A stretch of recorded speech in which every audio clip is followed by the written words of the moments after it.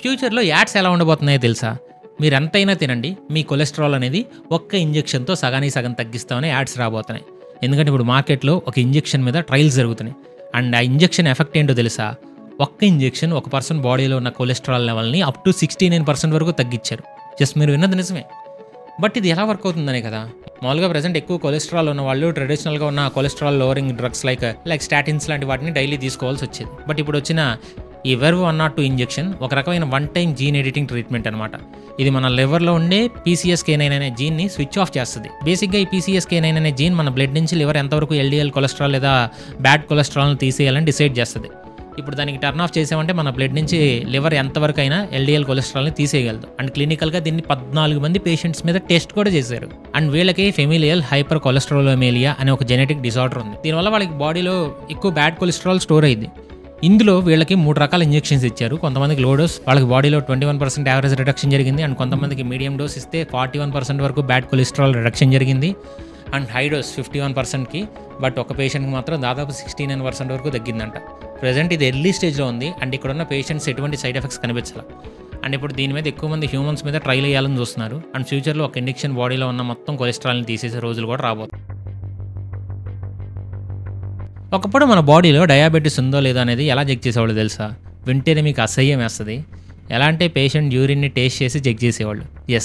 17th century వరకు అసలు డయాబెటీస్కి అసలు ఎటువంటి సైంటిఫిక్ టెస్ట్ ఉండేది కాదు.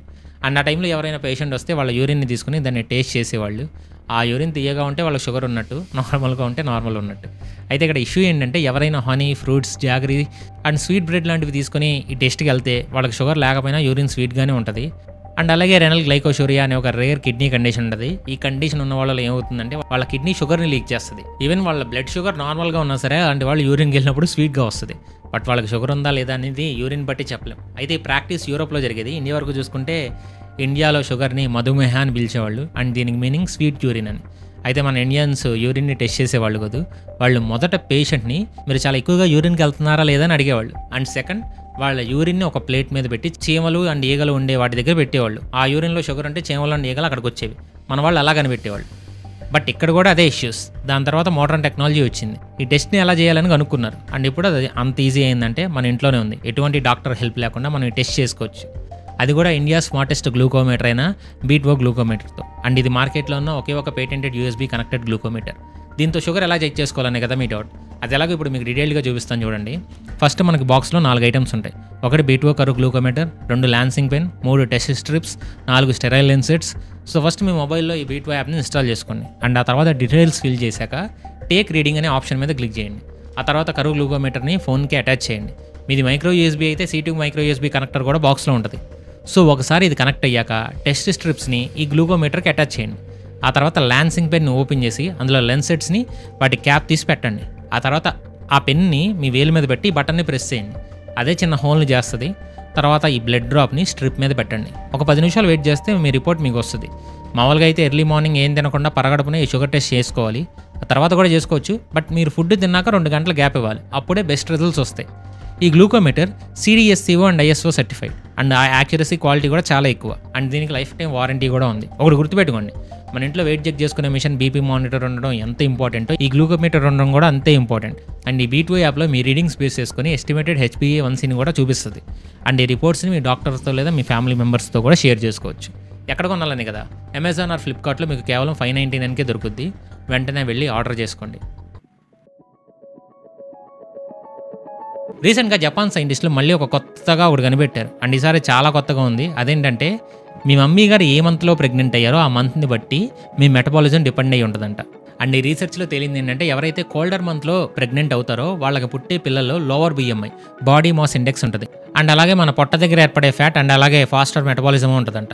ఇది ఎందుకంటే ఇదంతా ఒక రకమైన ఫ్యాట్కి లింక్ అయి ఉంటుంది. అదేంటంటే బ్రౌన్ ఫ్యాట్. ఇది మన బాడీలో ఉండే స్పెషల్ ఫ్యాట్. ఇది ఒక మనిషి రెస్ట్ తీసుకుంటున్నా సరే బాడీలో ఫ్యాట్ని తగ్గిస్తూ ఉంటుంది. అండ్ మనం చలి ప్రదేశాల్లో ఉన్నప్పుడు ఇది మన బాడీని వేడిగా ఉంచుద్ది. అండ్ ఫైనల్గా మన బ్లడ్ షుగర్ లెవెల్స్ని కంట్రోల్లో ఉంచుద్దంట. టొహోకు యూనివర్సిటీలో అసోసియేట్ ప్రొఫెసర్గా వర్క్ చేసిన తకేషి యొనేషిరో ఈయన ప్రకారం ఎవరైతే కోల్డ్ మంత్స్లో ప్రెగ్నెంట్ అవుతారో వాళ్ళకి పుట్టే పిల్లలు పెద్ద అయ్యాక ఆ పిల్లల్లో బ్రౌన్ ఫ్యాట్ లెవెల్ అనేది ఎక్కువగా ఉంటుంది. ఇలా ఎందుకంటే ఆ టైంలో అమ్మ కడుపులో ఫామ్ అయ్యే బేబీస్ ఎక్కువగా కోల్డ్ ఫీల్ అవుతారు కాబట్టి ఆటోమేటిక్గా కోల్డ్ నుంచి తమను కాపాడుకోవడానికి బ్రౌన్ ఫ్యాట్ని ఎక్కువ బిల్డ్ చేసుకుంటారంట. దానివల్ల పెద్దయ్యాక వాళ్ళ బాడీస్లో ఈ బ్రౌన్ ఫ్యాట్ ఎక్కువగా ఉంటుంది అండ్ వాళ్ళు ఎంత తిన్నా సరే సన్నగానే ఉంటారు. అయితే ఇది ఇండియాలో వర్క్ అయ్యే ఛాన్స్ తక్కువ. ఎంత చలిగా ఉన్నా సరే మంచు పడే అంత చలిగా ఉండదు కదా. అండ్ సెకండ్, ఇది జరిగింది జపాన్లో, అక్కడ చలి చాలా ఎక్కువ. ఆ కండిషన్లో ఉన్న వాళ్ళకి ఈ రీసెర్చ్ అప్లై అవుతుంది. అంటే సిమ్లా లేదా కాశ్మీర్ ఇలాంటి ప్లేసెస్లో వింటర్లో ఉండి ప్రెగ్నెంట్ అయిన వాళ్ళకి కూడా ఇది వర్క్ అయ్యే ఛాన్స్ ఉంది. అండ్ అలానే పుట్టబోయే వాళ్ళు బాగుండాలని వెంటనే మనాలి లేదా కోల్డ్ ప్లేస్లో సెటిల్ అవ్వాలని చూడకండి. మీ బాడీ ఆ చేంజెస్ని తీసుకోలేదు, ముఖ్యంగా ప్రెగ్నెంట్గా ఉన్నప్పుడు అస్సలు తీసుకోలేదు. గైస్, ఈ వీడియోలో ఇంకా చాలా ఇంట్రెస్టింగ్ ఫ్యాక్ట్స్ ఉన్నాయి. దానికంటే ముందు చిన్న రిక్వెస్ట్ ఏంటంటే, మా నాలెడ్జ్ వర్త్ అనిపిస్తే కొత్త వాళ్ళ ఛానల్ని సబ్స్క్రైబ్ చేసుకుని బెల్ ఐకాన్ ఆన్లో పెట్టుకోండి. వీడియో లైక్ చేసి మీ ఫ్రెండ్స్ అండ్ ఫ్యామిలీకి ఖచ్చితంగా వీడియోని షేర్ చేయండి. ఇక నెక్స్ట్ ఫ్యాక్ట్స్లోకి వెళ్ళిపోతాం. మీలో చాలామందికి కాన్స్పిరసీ థియరీస్ గురించి తెలిసే ఉంటుంది. ఇది మన పాలిటిక్స్ని ఇన్ఫ్లుయెన్స్ చేస్తాయి, అలాగే హెల్త్ డెసిషన్స్ కానీ పబ్లిక్ ట్రస్ట్ని కూడా ఇన్ఫ్లుయెన్స్ చేస్తాయి. బట్ సైంటిస్టులు ఎప్పుడు ఈ కాన్స్పిరసీ రిలేటెడ్ ఇన్ఫర్మేషన్ని బ్రెయిన్ ఎలా ప్రాసెస్ చేసుకుంటుంది అనేది స్టడీ చేయాలి. ఎందుకంటే ఈ కాన్స్పిరసీ రిలేటెడ్ ఇన్ఫర్మేషన్ని అందరూ నమ్మరు, కొంతమంది నమ్ముతారు. వాళ్ళ బ్రెయిన్ స్పెసిఫిక్గా ఇన్ఫర్మేషన్ ఎలా ప్రాసెస్ చేసుకుంటుంది, వాళ్ళు మాత్రమే ఈ థియరీస్ని ఎలా క్రియేట్ చేయగలుగుతున్నారు, వాళ్ళ బ్రెయిన్లో ఉండే స్పెషాలిటీ ఏంటనేది ఎప్పుడూ టెస్ట్ చేయాలి. కానీ కోవిడ్ టైంలో చాలామంది ఈ కాన్స్పిరసీ రిలేటెడ్ ఇన్ఫర్మేషన్ని స్ప్రెడ్ చేశారు. వ్యాక్సిన్లో ఏదో చిప్పులు పెట్టారని లేదా ఇంకోటని. దీనివల్ల చాలామంది కోవిడ్ని ఒక గవర్నమెంట్ కాన్స్పిరసీ అని డిసైడ్ అయ్యి వ్యాక్సిన్నే వేయించుకోవాలి. వీటిని ర్యాపిడ్గా ఆన్లైన్లో స్ప్రెడ్ చేయడం వల్ల ఇవి చూసి చాలామంది వేయించుకోవాలి. అప్పుడే ఈ స్టడీ అవసరం, వీళ్ళ బ్రెయిన్ని స్టడీ చేయాల్సిన అవసరం మనకుందని తెలిసింది. వెంటనే స్టడీ చేశారు. అండ్ ఈ స్టడీలో భాగంగా సగం మంది టాప్ కాన్స్పిరసీ థియరీస్ని నమ్మే వాళ్ళని సెలెక్ట్ చేసుకుంటే, మిగతా సగం మందిని ఫ్యాక్ట్స్ ఎక్కువగా నమ్మే వాళ్ళని సెలెక్ట్ చేసుకున్నారు. అండ్ వీళ్ళకి 72 సోషల్ మీడియా పోస్టులను చూపించారు. అందులో సగమేమో కాన్స్పిరసీ థియరీస్ అండ్ మిగతా సగమేమో ఫ్యాక్చువల్ ఇన్ఫర్మేషన్. అండ్ వాళ్ళని ఈ పోస్ట్లో ఉన్నది ఎంతవరకు నిజమో 1 to 7 స్కేల్ మీద రేటింగ్ ఇవ్వమని చెప్పారు. అండ్ ఈ ప్రాసెస్లో వాళ్ళ బ్రెయిన్ ఇమేజ్ని blood oxygen level dependent imaging ద్వారా స్కాన్ చేశారు. దీనివల్ల ఆ టైంలో బ్రెయిన్లో ఏ పార్ట్ యాక్టివ్గా ఉంది అనేది కూడా తెలుస్తుంది. అయితే ఈ 2 గ్రూప్స్ ఫ్యాక్చువల్ స్టేట్మెంట్స్ని ఎక్కువగా నమ్మారు, బట్ కాన్స్పిరసీ థియరీస్ని మాత్రమే ఒక గ్రూపే ఎక్కువ నమ్మింది. అలాగే కాన్స్పిరసీ థియరీస్ని చూసేటప్పుడు ఈ 2 గ్రూప్స్ బ్రెయిన్లో 2 డిఫరెంట్ చోట్ల యాక్టివిటీ రికార్డ్ అయ్యింది. అంటే నార్మల్గా ఫ్యాక్ట్స్ని బేస్ చేసుకుని నమ్మే వాళ్ళ బ్రెయిన్లో ఒక చోట యాక్టివిటీ రికార్డ్ అయితే, కాన్స్పిరసీ థియరీస్ని నమ్మే వాళ్ళలో ఇంకొక చోట యాక్టివిటీ రికార్డ్ అయింది. సో మేబీ కాన్స్పిరసీ థియరీస్ నమ్మే వాళ్ళు డిఫరెంట్గా ఆలోచించే విధంగా వాళ్ళ బ్రెయిన్ డెవలప్ అయ్యిందేమో అని రీసెర్చర్స్ అంటున్నారు. అంటే వాళ్ళు నార్మల్గా ఫ్యాక్ట్స్ నమ్మే వాళ్ళ కంటే డిఫరెంట్గా ఆలోచిస్తారు అండ్ ప్రతి విషయాన్ని డిఫరెంట్గా రిసీవ్ చేసుకుంటారు. బట్ వాళ్ళు నమ్మిన విషయాన్ని చాలామంది నమ్మరనే విషయాన్ని తెలుసుకోలేకపోతున్నారు. 2 పెగ్గులు పడ్డాక మనకు రాని ఇంగ్లీష్ కూడా అమెరికన్ యాక్సెంట్లో వచ్చేస్తూ ఉంటుంది. అదెందుకో తెలుసుకోవడానికి కూడా ఎవడో ఒకడు రీసెర్చ్ చేశాడు బ్రో, నిజం. పైగా దానికి అవార్డు కూడా ఇచ్చారు. ప్రతి సంవత్సరం ఇంతకన్నా పనికిమాలిన ఐడియా ఇంకోటి ఉండదు అనిపించే రీసెర్చ్లకి ఐజీ నోబెల్ అని ఒక అవార్డు ఇస్తారు. ఇది నోబెల్ ప్రైజ్కి కొంచెం దూరం బంధువు అనమాట. అంటే సైంటిస్టులో ఉండే తెక్కలోళ్ళకి ఇచ్చే సన్మానం అనుకోండి. అంటే అలా అనలేంలే కానీ తప్పు. వాళ్ళు చేసే రీసెర్చ్ చాలా సిల్లీగా కామెడీగా అనిపిస్తుంది, మనం దాన్ని చూసి నవ్వుకుంటాం. కానీ ఆ నవ్వు వెనక ఒక సీరియస్ పాయింట్ అయితే ఒక కొత్త ఆలోచన కూడా ఉంటుంది. ఈ సంవత్సరం ఆ అవార్డు గెలిచిన కొన్ని ఆణిముత్యాలు ఏంటో చూద్దాం. ఫస్ట్ వన్, ఆవుకి జీబ్రా రంగులు. కొంతమంది సైంటిస్టులకి పాపం ఆవుల మీద ఈగల వాళ్ళం అస్సలు నచ్చలా. ఏం చేశారో తెలుసా? ఆవులకు జీబ్రాలాగా నలుపు తెలుపు చారలు పెయింట్ వేశారు. ఈగలు నిజంగానే కన్ఫ్యూజ్ అయ్యాయి, ఆవుల మీద వాడలేదంట. రేపు మన ఇళ్లలో దోమలు కూడా ఇదే ప్లాన్ వేస్తారేమో. అండ్ ఇది యాక్చువల్లీ వర్కౌట్ అయింది కూడా. రైతులకు కొంచెం ఇప్పుడు వాళ్ళు వేసుకుంటే వాళ్ళు కెమికల్స్ అలాంటివి వాడాల్సిన అవసరం లేదు కదా. ఇంకోటి, బల్లులకి పిజ్జా పార్టీ. ఇంకొంతమంది మేధావులకి బల్లులు ఏం తింటాయో అని భయంకరమైన డౌట్ వచ్చింది. వెంటనే వాటి ముందు రకరకాల పిజ్జాలు పెట్టారంట. మన బల్లి సోదరులు మిగతావన్నీ వదిలేసి 4 చీజ్ పిజ్జానే లొట్టలేసుకుని మరీ తిన్నాయంట. బల్లులకు కూడా టేస్ట్ ఉంటుందని కనిపెట్టిన మహానుభావులకి దండం పెట్టాల్సిందే. ఇంకొకళ్ళు చెప్పుల ఎందుకు వాసన వస్తున్నాయని కనిపెట్టడానికి. ఒక ఆయనకి షూ ర్యాక్ బాగా బ్యాడ్ స్మెల్ వస్తుందని ఒక గొప్ప డౌట్ వచ్చింది. ఎందుకు బ్యాడ్ స్మెల్ వస్తుంది? దాని మీద పెద్ద పేపర్ని రాసి పడేశాడు. అండ్ దాన్ని వాసన భరించలేక కాదు, ఆ వాసనని ఎలా ఆపాలో డిజైన్ కనిపెట్టాడంట. ఆయన పక్క రూమ్మేట్ ఆ రీసెర్చ్ టైంలో ఎంత నరకం చూశాడో కదా. ఆయన రీసెర్చ్ ప్రకారం ఆ వాసన కారణం మన కాళ్ళు కాదు, చెప్పుల్లో తిరిగే బ్యాక్టీరియా. సో ఆ బ్యాక్టీరియాని చంపడానికి ఒక ఐడియా కూడా ఇచ్చాడు. అదే అల్ట్రావైలెట్ రేస్, యూవీ రేస్. మన హాస్పిటల్లో ఆపరేషన్లో సామాన్లను క్లీన్ చేయడానికి వాడతారు చూసారా, అలాంటి యూవీ లైట్ని మన చెప్పులు ఆ షూ ర్యాక్లో పెట్టగానే లైట్ ఆన్ అయ్యి అందులో ఉన్న క్రిములని డామ్ డామ్ అని కాల్ చేస్తుందంట. అప్పుడు చెప్పులు వాసన రావంట. ఒక రకంగా షూ ర్యాక్ లోపల ఒక సర్జికల్ స్ట్రైక్ అనమాట. ఇంకోటి, తాగుబోతు గబ్బిలాలు. గబ్బిలాళ్ళు పళ్ళు తింటాయని మనకు తెలుసు, కానీ పులిసిమైన పళ్ళు తిని మత్తులో దొలితే వాటి పరిస్థితి ఏంటి? దీని మీద కూడా రీసెర్చ్ చేశారు. రిజల్ట్ ఏంటంటే మన మనుషుల్లాగానే పెగ్గేసిన గబ్బిలం కూడా సరిగ్గా ఎగరలేక గోడలకు గొద్దుకుందంట. ఆయన ఇంతకీ ఫస్ట్లో పెగ్గు తాగినప్పుడు మనకి ఇంగ్లీష్ ఎందుకు వస్తుందో చెప్పలేదు కదా. మామూలుగా ఉన్నప్పుడు మన బ్రెయిన్లో ఒక స్ట్రిక్ట్ హెడ్ మాస్టర్ లాంటి వాడు ఉంటాడు. వాడు మనల్ని ఎప్పుడు కంట్రోల్ చేస్తూ ఉంటాడు. మన ఇంగ్లీష్ మాట్లాడదాం అనుకున్న ప్రతిసారి ఆడు మనల్ని వెనక్కి లాగుతూ ఉంటాడు కాలర్ పట్టుకొని. అంటే గ్రామర్ తప్పుగా మాట్లాడితే పరుగు పోద్ది, యాక్సెంట్ సరిగ్గా లేకపోతే నలుగురిలో నవ్వుతారు, సరైన ఓడి గుర్తుకు రాకపోతే ఆగిపోతాం, బాగోదు, ఇలాంటి భయాలన్నీ పెట్టి మన నోటికి ఒక లాక్ వేస్తాడు. ఎప్పుడైతే 2 పెగ్గులు లోపలికి వెళ్తాయో నేరుగా వెళ్ళి మన స్ట్రిక్ట్ హెడ్ మాస్టర్ని నిద్రపుచ్చుతాయి. అప్పుడు మన బ్రెయిన్లో ఫిల్టర్ పోద్ది. ఇక మనల్ని ఆపేవాడు, జడ్జ్ చేసేవాడు ఎవడో ఉండదు. తప్పు మాట్లాడినా తాగిన మొత్తంలో మాట్లాడాం. Very fine. Fine, fine. Yes. Fine. Very fluent. Fine. Yes. Fine. Fine. Yeah. Blue. అప్పుడు మనకు తెలిసిన అరవకొర ఇంగ్లీష్నే ఏమాత్రం భయం, సిగ్గు, శరం లేకుండా ఫుల్ కాన్ఫిడెన్స్తో బయటకు వచ్చేస్తాం. Brother, I coming. Aryan is back. Don't talk. Sit down. Your money. I think your one. తప్పులు పోతాయేమో అన్న ఆలోచన కూడా మనకు రాదు. అందుకే మన మాటలు ఫ్లూయెంట్గా ధైర్యంగా వస్తున్నట్టు అనిపిస్తాయి. సో మన ఇంగ్లీష్ ఇంప్రూవ్ అవ్వదు, మన ధైర్యం ఇంప్రూవ్ అవుతుంది అంతే. కాకపోతే 4 పెగ్గులు తాగితే ఉన్న ఇంగ్లీష్ కూడా మర్చిపోతాం. Second bila bro. What is this fright? I'm injured here. Come here to kid. మీరు ఎవరినైనా చూస్తున్నప్పుడు వాళ్ళ ముఖం ఒక డ్రాగన్ లాగా మారిపోతే ఎలా ఉంటుంది? నల్లగా పొడవట్టి చెవులతో, ఏదన్నా రెప్టైల్ స్కిన్తో, కళ్ళేమో పచ్చగా ఎర్రగా గ్లోగా అవుతూ. ఇది ఒక ఫ్యాంటసీ మూవీ ఏమీ కాదు. నెదర్లాండ్స్లో ఒక 52 ఏళ్ల ఉమెన్ చూసిన ఒక భయంకరమైన నిజం. ఆమె బ్రెయిన్లో వచ్చిన ఒకే ఒక గ్లిచ్ ఆమె ప్రపంచాన్నే ఒక హర్రర్ మూవీలా మార్చేసింది. ఆమె పేరు చెప్పలేదు కానీ ఒక 52 ఇయర్స్ ఓల్డ్ ఉమెన్ చిన్నప్పటి నుంచి ఒక విచిత్రమైన ప్రాబ్లంతో బాధపడుతుంది. ఆమె ఎవరి ముఖం చూసినా కానీ అది కొన్ని సెకండ్స్లో ఒక డ్రాగన్ ముఖంలా మారిపోద్ది. ఫేస్ నల్లగా అయిపోయి, చెవులు విచిత్రంగా సాగిపోయి, చర్మం అంతా రెప్టైల్ స్కిన్ లాగా తయారైంది. వాళ్ళు కళ్ళు పెద్దవైపోయి ఎల్లో, గ్రీన్, రెడ్, బ్లూ ఇలా రంగుల్లో గ్లో అయ్యేవి.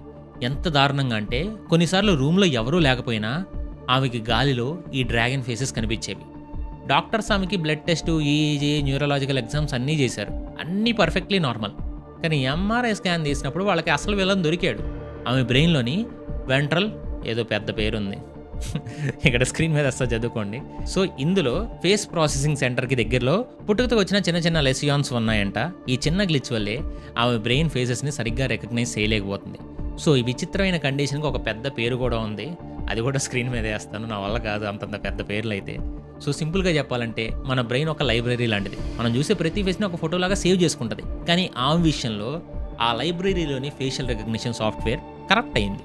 అందుకే ఆ ఫేస్ని ఇన్పుట్గా తీసుకున్న అది ప్రాసెస్ అయ్యి ఒక డ్రాగన్ ఫేస్ లాగా అవుట్పుట్ ఇస్తుంది. ఇవి ఒకటే కాదు, ప్రపంచవ్యాప్తంగా ఇలాంటి కేసులు 100 కన్నా తక్కువే ఉన్నాయి. ఒకతనికి ఏమంటే చెప్పిన మనుషుల ముఖాల్లో సగం కరిగిపోతున్నట్టు కనిపిస్తే కొంతమందికి మనుషులకేమో విచెస్, జాంబీస్ లాగా కనిపించారంట. ఇక ఈమె ట్రీట్మెంట్ దగ్గర ఇంకో ట్విస్ట్ కూడా ఉంది. డాక్టర్స్ ఆమెకి ఫస్ట్ ఒక డ్రగ్ ఇస్తే ఈ డ్రాగన్ ఫేసెస్ తగ్గాయి. కానీ ఇంకొక కొత్త ప్రాబ్లం మొదలైంది.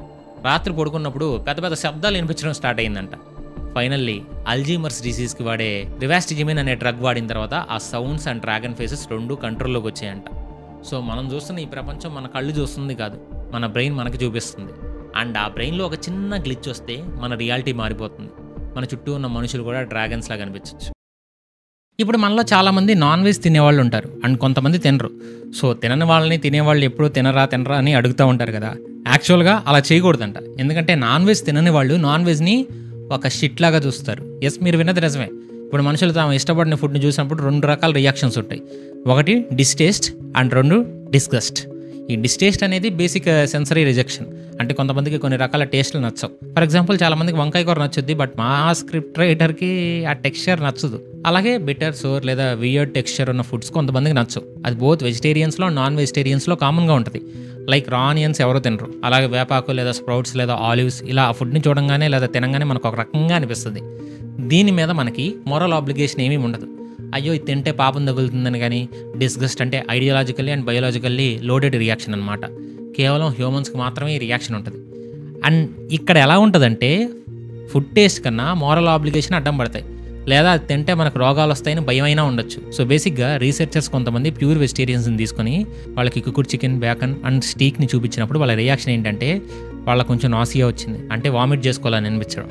కొంతమంది మోరల్ ఐడియాలజికల్ ఆబ్జెక్షన్స్ కూడా అడ్డొచ్చాయి. అండ్ కొంతమంది ఇప్పుడు చికెన్ అండ్ రైస్ కలిపి ఆ తర్వాత రైస్ని సపరేట్గా ఇచ్చినా సరే దాన్ని తినమని చెప్పారంట. ఆర్ ఒక వ్రాప్లో చికెన్ పీసెస్ని తీసేసి అక్కడ వేరే పీసెస్ పెట్టినా సరే ఆల్రెడీ వ్రాప్ చికెన్ని టచ్ చేసింది కాబట్టి దాన్ని టచ్ చేయమని చెప్పారంట. దీన్నే సైన్స్ ప్రకారం డిస్గస్ట్ రెస్పాన్సెస్ అని అంటారు. అండ్ సైంటిస్టులు ఈ డిస్గస్ట్ రెస్పాన్సెస్ని మెజర్ చేస్తే ఒక మనిషి షిట్ని తింటున్నాడని ఇమాజిన్ చేసుకుంటే ఎంత డిస్గస్ట్గా ఫీల్ అవుతాడో అలాగే వెజిటేరియన్ని మీట్ తినాలంటే అలాగే ఫీల్ అవుతాడంట. అండ్ ఇన్ఫ్యాక్ట్ మనుషుల్లో ఈ డిస్గస్ట్ రెస్పాన్స్ అనేది ఎలా మొదలైందంటే ఎర్లీ స్టేజ్లో మనుషుల్ని మన బాడీకి హాని చేసే ప్యాథోజన్స్ అంటే బ్యాక్టీరియా అండ్ వైరస్లని కాపాడడానికి ఒక ప్రొటెక్టివ్ మెకానిజంలా మొదలైంది. ఆ టైంలో మనుషులు మీట్ని చూసినప్పుడు లేదా మన ఓన్ బాడీ ఫ్లూయిడ్స్ని చూసినప్పుడు ఈ రెస్పాన్స్ వచ్చేదంట. అలా ఎందుకంటే వాటిలో ఉండే హార్మోనల్ బ్యాక్టీరియా అండ్ మనుషుల్ని కాపాడడానికి ఆ తర్వాత మనుషులు మీట్ తినడం స్టార్ట్ చేశారు. అండ్ కుక్ చేసుకోవడం తర్వాత చాలామందికి ఆ డిస్గస్ట్ ఫీలింగ్ పోయింది. బట్ వెజిటేరియన్స్లో అది ఇంకా అలాగే ఉంది. అంటే ఆ ఫీలింగ్ అయితే కేవలం చిన్నప్పటి నుంచి మీట్ తినని వాళ్ళలో ఉంటుంది.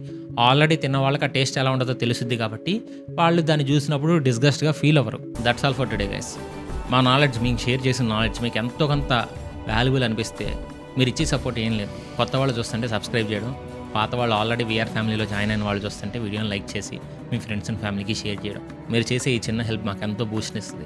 సో సబ్స్క్రైబ్ చేస్తారని ఆశిస్తూ సెలవు తీసుకున్నా. Thanks for watching this. Gambling and betting మన ఫైనాన్షియల్ హెల్త్కి హానికరం. అడిక్ట్ అయ్యే ఛాన్స్ ఉంది. మీ జేబులు ఖాళీ అవుతాయి. బెట్టింగ్ చేయకండి. చేసే వాళ్ళని ఎంకరేజ్ చేయకండి.